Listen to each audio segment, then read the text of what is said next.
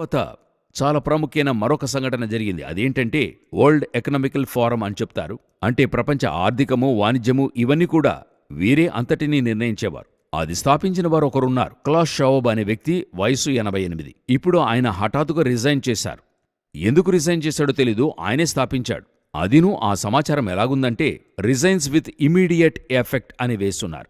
హఠాత్తుగా ఏమి కారణమై ఉంటదని అడిగినట్లయితే ఈ వరల్డ్ ఎకనామికల్ ఫోరం వచ్చి చాలా ప్రాముఖ్యంగా ప్రపంచ ఆర్థికాన్ని, ఈ ఆర్థిక స్థితిని నిర్ణయించేవారే వీరనుకోండి. సో ఆ యొక్క ఫోరం నాయకుడు మారుతున్నాడు. పోప్ గారు చనిపోయారనే విషయం తెలుసు.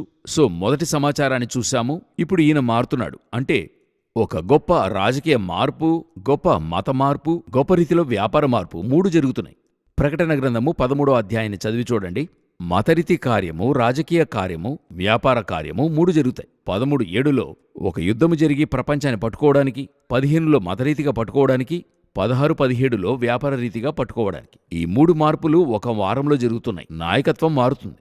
అంటే ఏదో ఒక ముఖ్యమైన ఒక మార్పు ప్రపంచమంతటా వస్తుంది అనేది మనకు తెలుస్తుంది. సో ఈ యొక్క ఆర్థిక మార్పు అన్నది ఇప్పుడు ఎలాగ వెళుతుందని చూసినట్లయితే ఒక ఎకానమీ ముగించి మరొక ఎకానమీ, ఇంకా చెప్పాలంటే 1930ల వరకును యూకే యొక్క, అంటే ఇంగ్లాండ్ యొక్క ఎకానమీయే వరల్డ్ని పరిపాలిస్తూ ఉండింది. అది 20 నుండి 30లోగా గొప్ప పతనాన్ని అది చూసింది. దానితో యూకే డౌన్ అయింది, 2వ స్థానానికి వెళ్ళింది. అమెరికా మొదటి స్థానానికి వచ్చింది. ఇప్పుడు అమెరికా చాలా మోసమైన స్థితిలోకి వెళ్తూ ఉంది. మీకు తెలుసు అనుకుంటా, రిచ్ డాడ్ పూర్ డాడ్ అని రాసిన వ్యక్తి ఉన్నారు. ఆయన 2023లో ఆయన ఇచ్చినటువంటి ఒక సమాచారము ఇండియాకు వచ్చినప్పుడు, ఆ సమాచారము ఇప్పుడు ఎంతో వైరల్గా ప్రపంచమంతటికి వెళ్తూ ఉంది. ఇంతకీ మనము ఆ బుక్ చూసింది లేదు, ఆయన గూర్చిన న్యూస్ మనం ఎవరం చూడలేదు.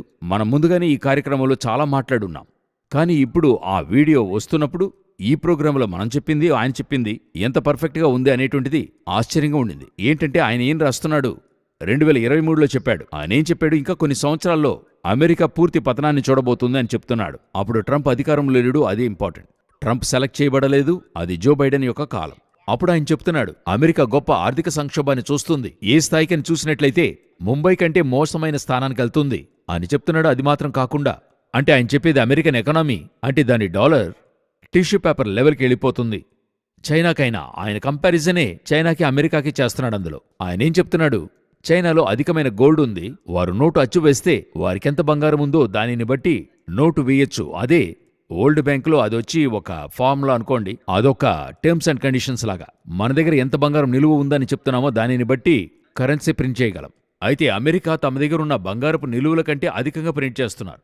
సో ఆయనేం చెప్తున్నాడు, ఇది ఇన్ఫ్లేషన్ తెస్తుంది, అమెరికా పతనమవుతుంది అనేది 2023లో చెప్పాడు. ఇప్పుడు అమెరికా పడుతూ ఉంది. ఏ స్థాయికి అన్నట్టయితే ప్రపంచంలోనే పేదరిక దేశాల లిస్టులో అమెరికా వెళుతూ ఉంది.